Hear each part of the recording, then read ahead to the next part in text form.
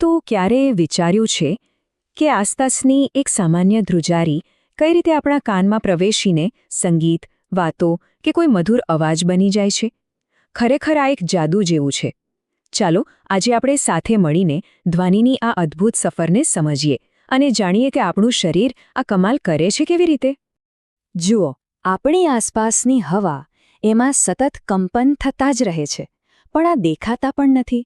તો સવાલ એ છે કે આ અદૃશ્ય કંપન કઈ રીતે કોઈના હસવાનો અવાજ કે પછી દરિયાના મોજાનો ઘૂઘવાટ કે આપણું મનગમતું ગીત બની જાય છે? આ સવાલનો જવાબ જ આપણી આજની સફરનો મુખ્ય હેતુ છે. ચાલો તો શરૂઆત કરીએ આપણા કાનના સૌથી બહારના ભાગથી. આ છે આપણો પ્રવેશદ્વાર. અહીંથી જ ધ્વનિના તરંગો આપણા શરીરમાં પોતાની સફર શરૂ કરે છે. આ જે ભાગ આપણે જોઈ શકીએ છીએ ને, એ છે કર્ણપલ્લવ. એનો આકાર જોયો છે ક્યારે ધ્યાનથી? બિલકુલ ગરણી જેવો. અને એ ખાલી દેખાવ માટે નથી હો, આ તો કુદરતની એવી જબરજસ્ત ડિઝાઇન છે જે આજુબાજુથી આવતા બધા જ ધ્વનિ તરંગોને ભેગા કરી એકદમ ચોકસાઈથી કાનની અંદર મોકલે છે.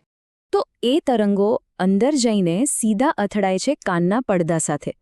આ પડદો છે ને એકદમ ડ્રમની સપાટી જેવો જ, પાતળો અને ખેંચાયેલો, ખૂબ જ સંવેદનશીલ. જેવી હવાની ધ્રુજારી એને અડે કે તરત જ એ ધ્રુજવા માંડે છે. અને બસ અહીં જ પહેલો મોટો બદલાવ આવે છે. હવાની શક્તિ હવે યાંત્રિક ધ્રુજારીમાં ફેરવાઈ ગઈ છે. તો હવે આ ધ્રુજારીનું આગળ શું થશે? હવે આપણે સફરમાં આગળ વધીએ છીએ મધ્ય કાનમાં.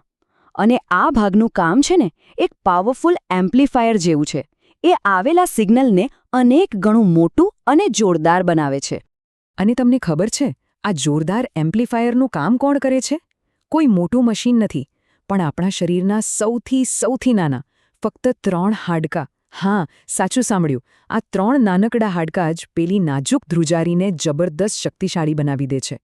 આ 3 હાડકાં છે ને એકબીજા સાથે એવી રીતે જોડાયેલા છે કે એ એક લીવર સિસ્ટમની જેમ કામ કરે છે. એટલે કે કાનના પડદા પરથી આવેલી નાની અમથી ધ્રુજારીને પણ અનેક ગણી મોટી કરીને આગળ મોકલે છે. વિચાર કરો, જો આ પ્રક્રિયા ન હોત તો આપણે કદાચ કોઈનો ધીમો અવાજ કે પવનનો સુસવાટો સાંભળી જ ન શકત. અને હવે આપણે આ સફરના સૌથી રહસ્યમય અને સાચે જ જાદુઈ પડાવ પર પહોંચ્યા છીએ, અંદરનો કાન. ખરી કરામત તો અહીં જ થવાની છે. અહીંયા જ યાંત્રિક ધ્રુજારીનું એવા સંકેતોમાં રૂપાંતર થશે જેને આપણું મગજ સમજી શકે છે. અંદરના કાનનો જે મુખ્ય હીરો છે ને, એ છે આ શંખ જેવું દેખાતું અંગ. આનું નામ છે કર્ણાવર્ત. મધ્ય કાનમાંથી જે શક્તિશાળી બનેલી ધ્રુજારી આવી એ સીધી અહીં જ પહોંચે છે. અને બસ અહીંથી જ અવાજને ઓળખવાનો અસલી ખેલ શરૂ થાય છે. અહીં ખરેખર 2 કમાલની વસ્તુઓ થાય છે. પહેલે કે કર્ણાવર્તની અંદર હજારો સૂક્ષ્મ કોષો છે જે આ ભૌતિક ધ્રુજારીને સીધા જ વિદ્યુત સંકેતો એટલે કે ઇલેક્ટ્રિકલ સિગ્નલ્સમાં ફેરવી નાખે છે.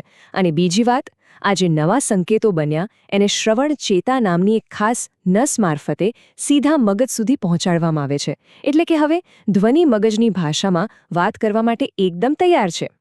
તો જુઓ, અહીં કાનનું કામ તો પૂરું થઈ ગયું. એણે પોતાનું કામ બખૂબી નિભાવ્યું. પણ સાંભળવાની પ્રક્રિયા હજી પૂરી નથી થઈ.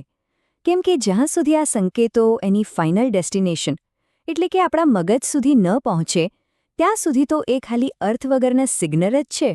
અને આ જ સૌથી મહત્વનો ભાગ છે. આપણું મગજ એ આ ઇલેક્ટ્રિકલ સિગ્નલ્સને મેળવે છે, એને સમજે છે, એનું વિશ્લેષણ કરે છે.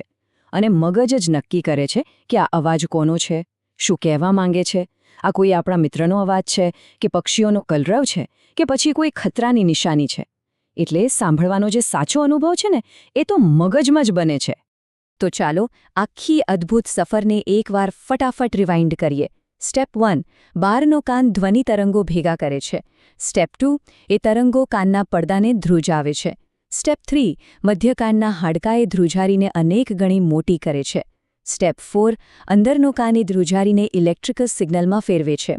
અને છેલ્લે સ્ટેપ 5, મગજ એ સિગ્નલનો અર્થ કાઢીને આપણને કહે છે કે આપણે શું સાંભળ્યું. કેવો અદ્ભુત તાલમેલ છે નહીં? હવે આપણે જોયું કે આખી સિસ્ટમ કેટલી જટિલ, નાજુક અને અદ્ભુત છે.